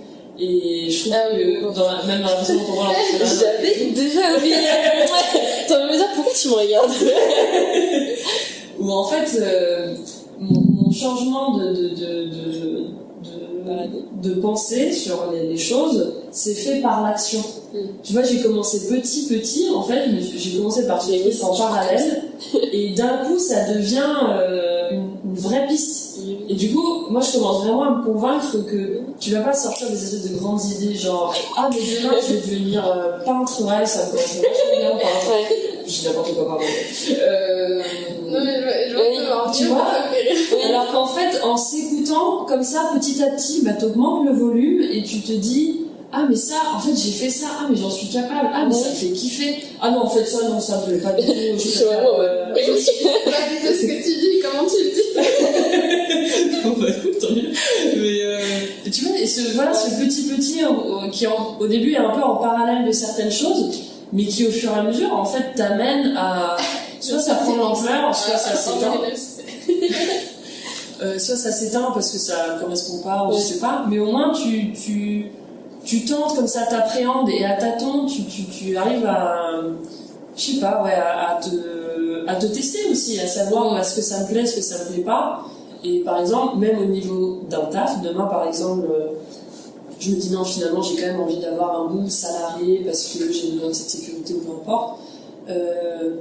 Ben je me dis même là-dedans, est-ce qu'il faudrait pas s'autoriser en fait à se tromper aussi? Et moi c'est pour ça que je trouve qu'Etia c'est super parce que y a pas de raison que tu te dises ah bah mon taf ça se passe pas bien, ben tant pis j'y reste. En fait, pourquoi on ferait ça? Justement, là, je me pose une question actuellement, et je pense que tu as peut-être des réponses. C'est coach Angéline. On fait des phrases de coach bien placées. Moi, depuis que je suis dans mon travail actuel, enfin, les premiers mois se sont pas très bien passés. En gros, je me suis dit, bon, je pense que c'est la fin de ma carrière de ce métier-là, mais il faut juste que je reste un peu le temps de trouver autre chose. Je fais le constat que c'est un peu compliqué de trouver autre chose en parallèle, même si j'essaye de tester des trucs et le télétravail aide aussi parce que je peux être dans une autre région. Enfin, je dis pas que je fais d'autres choses sur mes heures de travail. Je dis juste que rien que le temps gagné en transport, c'est plus pratique. Et en fait, là, je me pose la question d'attendre d'avoir un vrai projet avant de démissionner, même si mon projet n'est pas complètement abouti, mais au moins d'avoir ce cadre qui fait que je serai pas lâchée dans la nature.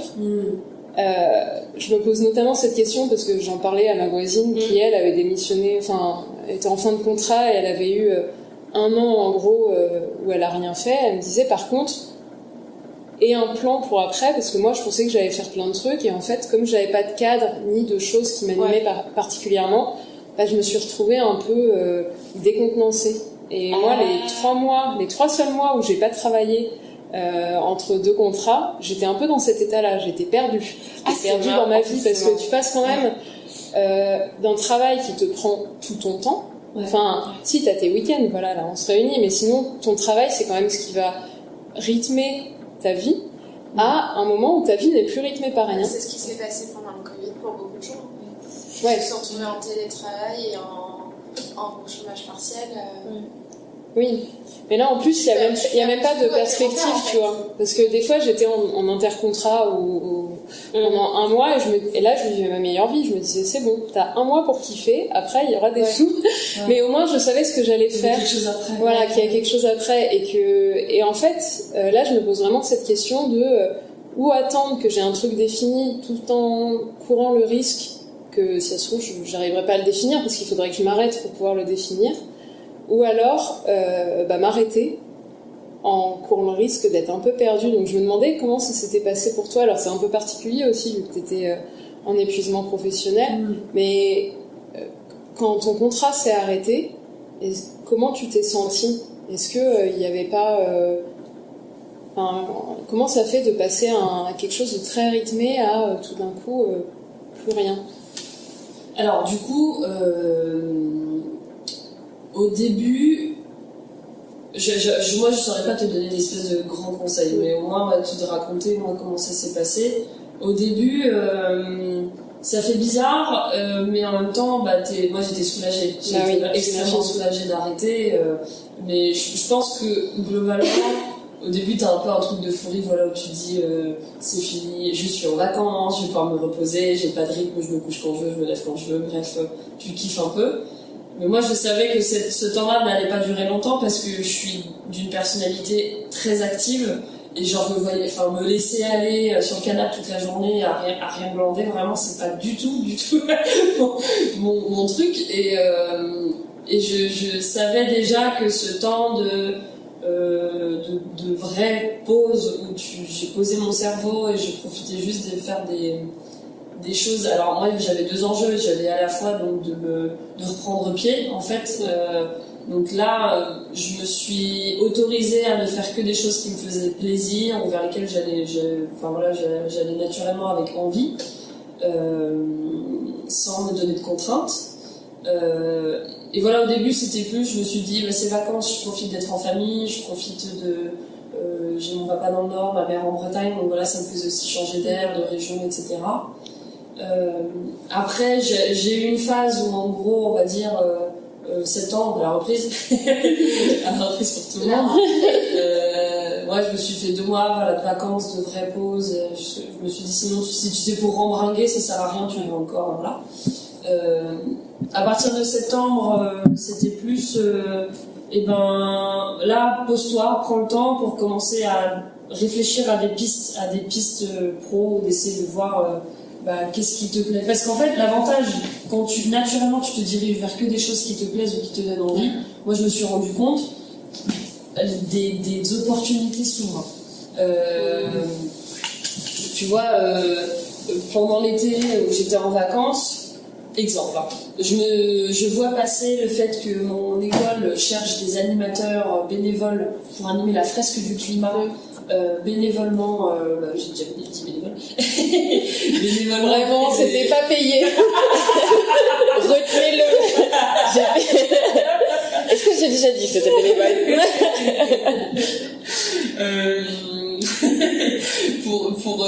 pour animer en fait des ateliers de sensibilisation des règlements climatiques aux nouveaux étudiants de l'école. Et là, d'un coup, tu ressens des choses, tu vois, quand tout est neutre, tu ressens les choses qui te font vibrer à l'intérieur. Là, je me suis dit, vas-y, j'y vais. Je me suis pas posé la question, est-ce que je suis capable? Je m'en foutais, genre, j'avais juste envie de le faire. Donc, j'y suis allée, je me suis formée, j'ai fait l'atelier. Sympa, je me suis dit, ouais, intéresse, je sais pas trop, voilà, ça me laisse sceptique, mais pourquoi pas. En tout cas, les enjeux, vraiment, ça m'intéresse, j'ai envie de creuser cette question. Et là, ça commence à être des fils que tu tires. Le fait d'être que connecté à qu'est-ce qui me fait plaisir et qu'est-ce qui me donne envie, je le répète parce que c'est vraiment important. Moi, ça m'a fait apparaître des fils que je commence à tirer du coup. Et à partir de septembre, alors à la fois je creuse ces fils, soit en voyant des entreprises ou qu'est-ce qui se passe dans ce secteur, qu'est-ce qui à imaginer, je laisse divaguer mon esprit à me dire qu'est-ce qui pourrait être demain utile pour ce secteur, etc. J'en sais rien. Autre exemple, tu vois, je me suis mise à de la calligraphie, mais calligraphie, en fait, je ne sais pas si c'est le vrai mot, mais juste le geste d'écrire. Je me rends compte que j'adore entendre quelque chose et retranscrire à l'écrit. Alors, juste le geste, en fait, me plaît. Et de fil en aiguille, je tire un fil là-dessus. Je commence à me dire, j'adore écouter les gens, retranscrire ce qu'il en est, du coup, comment je pourrais en faire un contenu, etc. Et là, ça commence à me donner des idées de création de projet, en fait. Mais du coup, est-ce que demain, je pourrais faire la biographie de Monsieur Tout le Monde? Est-ce que ça pourrait intéresser des gens? Oui, non. Et là, tu vois, je commence à prendre rendez-vous avec des gens pour discuter du sujet. Et bon, voilà, pour expliquer un peu, en tout cas, le cheminement de pensée vers lequel ça me dirige. Et la dernière chose que je voulais dire, c'est... Donc voilà, septembre, je fais toutes ces pistes de réflexion, je lis des contenus aussi... notamment, je t'en avais parlé à Pau, les ateliers d'auto-coaching de chance, où j'ai acheté un bouquin qui s'appelle Visualiser sa vie en quelques coups de crayon, qui m'a été conseillé par une ancienne collègue. Et ça, c'est vraiment des outils très concrets d'aide à la réflexion, en fait, pour poser les choses de qui je suis, qu'est-ce qui m'anime, comme on disait tout à l'heure. Et il y a un moment où là, j'ai commencé à, retomber dans mes travers de anxiété, anticipation, qui sont donc les choses qui dépendaient de moi et qui m'ont mise en difficulté dans le travail. Je commence à retrouver ces difficultés, alors je suis en inactivité. Je ne suis pas je n'ai pas de travail professionnel, je suis active par ailleurs, mais et là je retombe dans les mêmes problèmes. Donc là je me dis, ok, là il y a un souci, j'essaie de décortiquer ça. Et je me rends compte que réfléchir à chaque jour chaque jour de la semaine, qu'est-ce que tu vas faire de ta journée, 7 jours sur 7, là ça va commencer à me fatiguer. Je me suis dit, là, ça fait 3 mois, j'ai besoin de trouver quelque chose quand même où j'aimerais bien que ça me redonne un rythme. Et il s'avère qu'au même moment, il n'y a pas de hasard, j'ai des potes de ma promo qui ont monté leur projet il y a 2 ans. Elles font des tasses comestibles, ça s'appelle les petites françaises de projet. Donc on attend les tasses délivrées sur le campus de la Lyon. Au même moment, en fait, elles cherchent du monde jusqu'à décembre pour les aider en production pour fabriquer les tasses. 2 jours par semaine. Là, je me dis, ouf, moi, je leur écris tout de suite, j'adore leur projet, je les suis depuis le début, ça fit, bref, on est hyper contents, on se dit, on peut bosser ensemble, et bam, ça démarre. Et donc là, pile poil à ce moment-là, 2 jours par semaine, en fait, je commence il y a quelque chose qui me redonne un rythme, comme tu disais, parce que, à un moment, vraiment, je te dis, cette réflexion, je me suis dit, non, là, ça commence vraiment à me fatiguer, à devoir réfléchir tous les jours, ok, qu'est-ce que je fais de ma journée? C'est bon, j'aimerais bien débrancher à nouveau le cerveau et me dire, là, je n'ai pas besoin de réfléchir au planning. Et donc, voilà, mais les choses se sont goupillées finalement un petit peu naturellement, et il s'avère que le timing est parfait, parce que moi, tant que j'ai pas les réponses de Florent, j'ai quand même du mal à me projeter dans autre chose, et ça va être d'ici novembre, début décembre, donc les filles ayant besoin de moi à peu près jusqu'à ce moment-là, ça tombe parfaitement en fait. Donc voilà, moi j'ai commencé staff qui me permet de 2 jours par semaine aller faire un truc pareil qui m'a juste... J'ai eu cet élan encore une fois à l'intérieur de me dire, ah mais ça me ferait trop kiffer, j'y vais et je kiffe. Et pareil, moi ça me guérit, parce que je retrouve quelque chose où le matin, je leur ai dit, j'ai trop envie d'aller travailler, tu vois, je suis la veille, je dis à Serge, ah dommage, je vais travailler, je vais en atelier, je vais en prendre, c'est trop cool.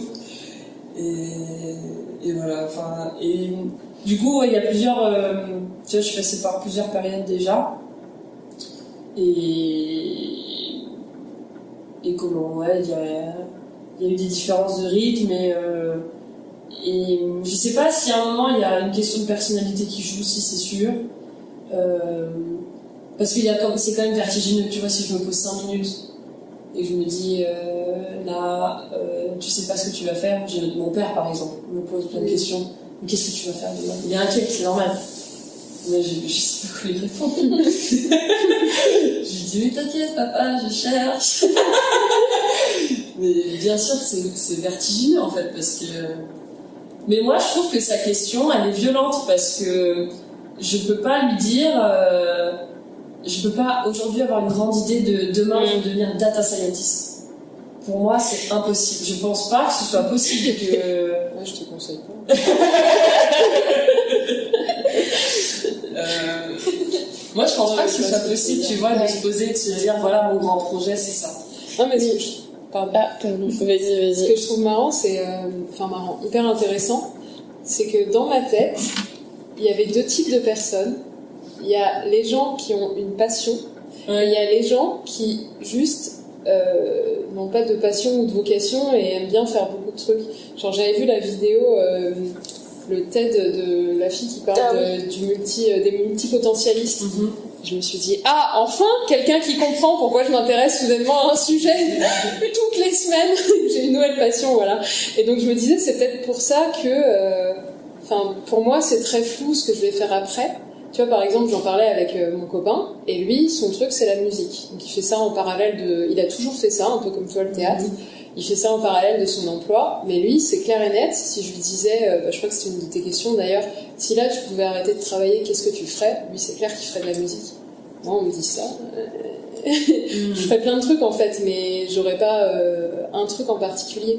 Et du coup, je trouve ça hyper intéressant parce que toi, le théâtre, ça a l'air d'être quelque chose qui est quand même un fil rouge dans ta vie et qui est fondamental. Et malgré ce fil rouge-là, tu te poses quand même toutes ces questions de... tu vois, il n'y a pas cette espèce d'éclair. Moi, je me disais, il y a des gens, ils ont été baignés par un éclair divin qui fait qu'on leur a donné une vocation et que pour eux, c'est clair. Et en fait, ça me rassure un peu, d'une certaine manière, de voir que ces questionnements, tout le monde les a. Et puis aussi que tu peux... que tout se mélange. C'est vrai que moi, complètement, Après, il y a même la réalité du monde du travail, je trouve, aujourd'hui, qui vient s'ajouter à ça. C'est-à-dire, est-ce que demain, concrètement, on peut tous être capable de faire qu'un seul métier? Moi, j'y crois pas. Moi, je me dis, il va falloir être capable d'être multicasquette, de pouvoir passer d'un secteur à un autre. Alors aujourd'hui, je sais pas si toutes les entreprises sont matures pour accepter ça ou entendre ça ou avoir des candidats, tu vois, qui font ça. Mais franchement, moi, je vois pas comment les choses pourraient en être autrement. Le Covid nous le rappelle. À un moment, on va pas pouvoir tous se pointer à Pôle emploi et dire bah ouais, mais moi en fait je faisais ce métier depuis 2 ans et aujourd'hui qu'est-ce que je fais maintenant? J'attends, donnez-moi du travail, puis ça te conviendra pas parce que ce taf-là tu le retrouveras peut-être pas ailleurs. Donc au final, entre la complexité de la multitude de choses qui peuvent nous attirer en tant qu'individu et la réalité du monde du travail qui de toute façon fait que tu pourras pas te cantonner à faire un seul truc non-stop tout le temps partout. Franchement, moi, tu vois, aujourd'hui je me dis une vie peut vraiment ressembler à t'es en temps partiel salarié sur un sujet qui t'intéresse, sur lequel tu as des vraies compétences techniques. Par exemple, demain tu pourrais te dire je suis data scientist 2 jours par semaine en freelance ou en entreprise. Mais en parallèle, t'as un vrai élan, je sais pas moi, autour de la food ou autour de la santé, un projet sur lequel t'as vraiment envie d'investir, donc 1 jour par semaine t'es là-dessus, peut-être bénévolement, et il y a une dernière activité, par exemple t'adores la photo, et ça tu le fais encore une fois soit en freelance, soit le reste de la semaine, ou ponctuellement par les événements, etc. Et il y a un des jobs qui va être nourricier, parce qu'il va te permettre quand même de te payer le minimum vital et tout, mais le reste c'est du kiff, et dans tous les cas tu t'y retrouves parce que dans les 3 métiers en même temps tu t'en retires quelque chose qui nourrit quelque chose de différent de ta personnalité. Moi je suis persuadée que demain c'est ça, tu vois. Moi je suis assez d'accord avec ça. Mais attends, du coup toi tu parlais tout à l'heure des opportunités que tu avais ratées. Et du coup, est-ce que c'est des choses que tu aimerais faire maintenant et c'est ce à quoi tu penses ou tu nous as pas du tout donné non plus le détail super général, mais ou alors est-ce que tu as plein d'autres projets et c'est pour ça que tu posais la question? En gros, moi, les opportunités que j'ai manquées, c'était surtout de me poser et de faire autre chose que juste suivre la voie qui était tracée pour moi globalement. Ok. Je me rappelle plus exactement ce que j'ai noté dans mon tableau de l'APEC. Je me rappelle juste qu'à un moment j'ai eu une illumination où je me suis dit en fait l'argent c'est clairement, enfin la peur de manquer d'argent c'est clairement mon plus gros facteur de prise de décision. Ok. Après là oui aujourd'hui moi j'essaye en parallèle de mon taf de tester plein de trucs. Enfin tu vois la démarche que t'expliquais, j'essaye de le faire, seulement je dois poser des demi-journées. Enfin tu vois, je pense que ce que je pourrais faire en un mois, si j'avais pas mon emploi salarié qui me prenait tout mon temps, plus maintenant ils ont rajouté des couvre-feux, donc ça devient encore plus compliqué, je sais pas, maintenant je le fais en 6 mois quoi, donc j'avance lentement. Donc là je me pose vraiment la question d'arrêter et un peu comme ce que tu disais, de tester des trucs qui me font plaisir. Alors moi les pistes que j'ai c'est surtout dans l'alimentation. Moi le truc que l'agriculture et l'alimentation. J'ai fait du bénévolat en restaurant, c'est le truc que j'ai le plus kiffé. La cuisine c'est un des trucs qui me fait le plus plaisir. Donc après je sais que je vais pas faire cuisinière par exemple, mais les lieux où tu peux repenser un peu ton alimentation et la manière de la produire, j'aimerais avoir l'occasion d'y passer du temps et de m'y investir.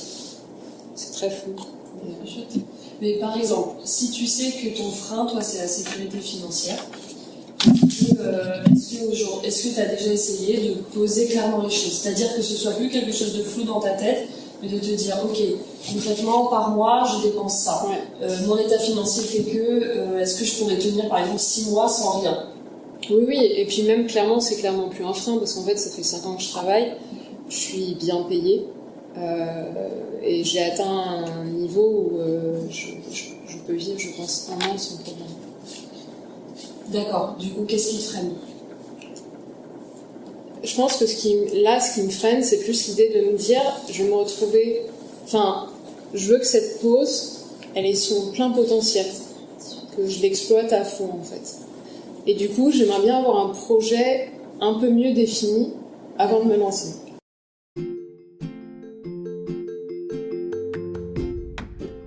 Et voilà, c'est déjà la fin de cet épisode de Plouf. On espère que ça vous a plu. En attendant les prochains épisodes, on peut se retrouver en ligne sur Instagram, notre newsletter qui continue à décortiquer les différents mécanismes d'orientation, ou si vous voulez échanger avec d'autres personnes qui se posent des questions sur notre groupe Facebook. On vous met tout en description. À bientôt!